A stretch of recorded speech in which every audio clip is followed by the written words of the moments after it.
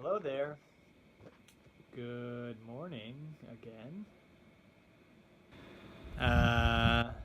Yeah.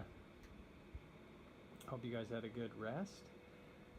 I had a good day. It was kind of busy, kind of not, but we got some things done.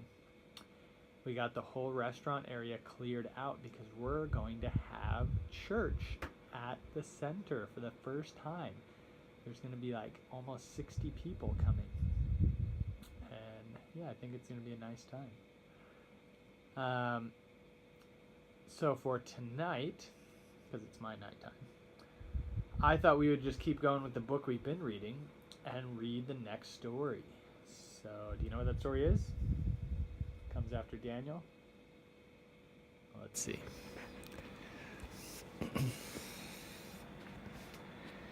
Zacchaeus the cheater. Zacchaeus was a little man. He was a rich man, but no one in all the city of Jericho liked him. It wasn't because Zacchaeus was a little man that no one liked him. It wasn't because Zacchaeus was a rich man that no one liked him. It was because Zacchaeus was a cheater. Every day he sat beside the king's money box in a tax booth where people came to pay taxes. Every day he cheated the people who came to pay. This is the way Zacchaeus cheated. If Farmer Philip's tax was 1 silver coin, Zacchaeus charged him more, maybe as much as 2 silver coins. Farmer Philip frowned, but he had to pay. After Farmer Philip had gone on his way, Zacchaeus dropped 1 of the silver coins into the king's money box, but the other silver coin he slipped into the pocket of his robe. Camel trains passed through Jericho, carrying loads of salt and spice on their humpy backs. Always the owner of the camel train must halt his camels at the tax booth and pay tax money on their loads. And always Zacchaeus charged too much tax money. Yes, Zacchaeus was a cheater, and no one at all likes a cheater. But one day something happened that changed Zacchaeus' ways. Down on the riverbank, not far from Jericho, came John the Baptist to tell about Jesus and to tell about heaven. Zacchaeus joined the listening crowd at the river. As he listened, a wish began to grow in his heart, and the longer he listened, the bigger grew his wish. Zacchaeus wished he could change his cheating ways. But how could he change his ways? "Repent," said John. "Be sorry for your cheating. Pay back the money you have wrongly taken." Zacchaeus hurried away from the river. He would do as John said. He would find Farmer Philip. He would find the owner of the camel train and all the other people he had cheated. He would tell them he was sorry. He would promise to pay back the tax money that he had wrongly taken. Surely the people would believe him when he said, "I'm sorry I cheated you." But when Zacchaeus said, "I'm sorry," not many people believed him. They told one another, "He's always been a cheater. He'll always be a cheater." They shook their heads and turned away. What's more, no one would go to Zacchaeus' house. No one would eat with him. Poor Zacchaeus, what should he do? If only he could see Jesus. Just to look on Jesus' face would help.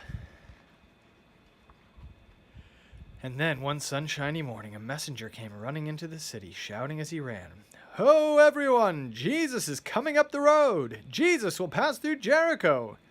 Men and women left their work. Boys and girls left their play. They ran to the street where Jesus would pass by. Zacchaeus didn't even take time to snatch up the king's money box. He ran with the crowd. But when Zacchaeus reached the gate where Jesus would enter Jericho, the narrow street was jammed with people. He was too short to see over their heads, and no one would make room for him.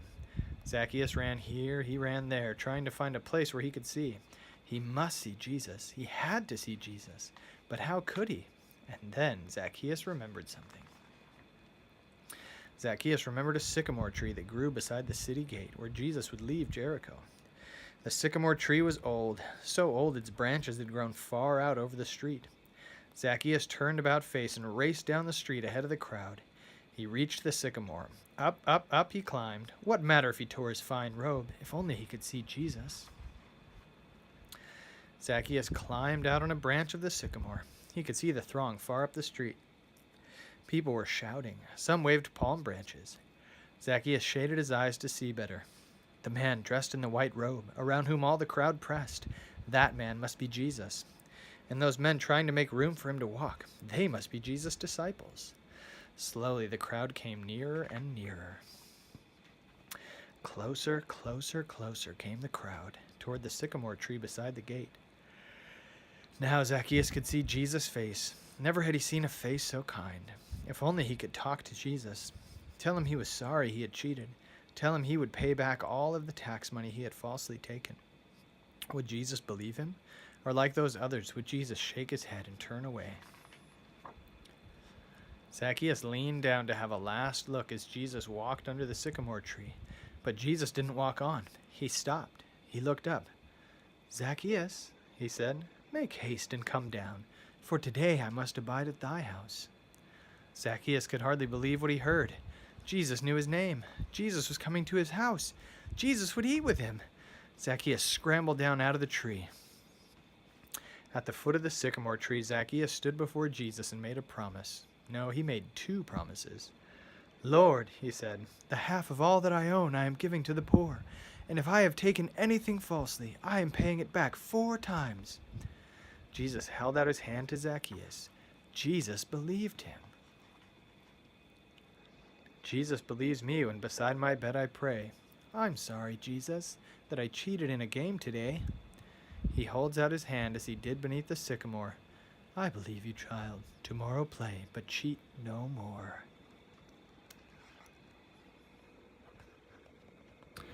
You know, that was an important lesson for all of those people. The people who had ignored Zacchaeus and wouldn't hear him and wouldn't go to his house, well, they learned what true love and forgiveness was all about. Even if somebody has wronged them,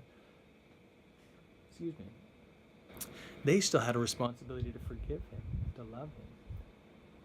And Zacchaeus learned something, an important lesson as well. That cheating is never right, and it always has bad consequences. You know, Zacchaeus didn't get in trouble. Sometimes when you do stuff like that, when you cheat or you lie, sometimes you get into big trouble. Sometimes people don't find out, or sometimes you don't get into trouble. But there's different consequences. Zacchaeus was very lonely. He had no friends. He had no one to come and spend time with him because he was a cheater and a liar. So sometimes the consequences are different, but they're just as painful. That's why it's important for us to make right choices. But you know what?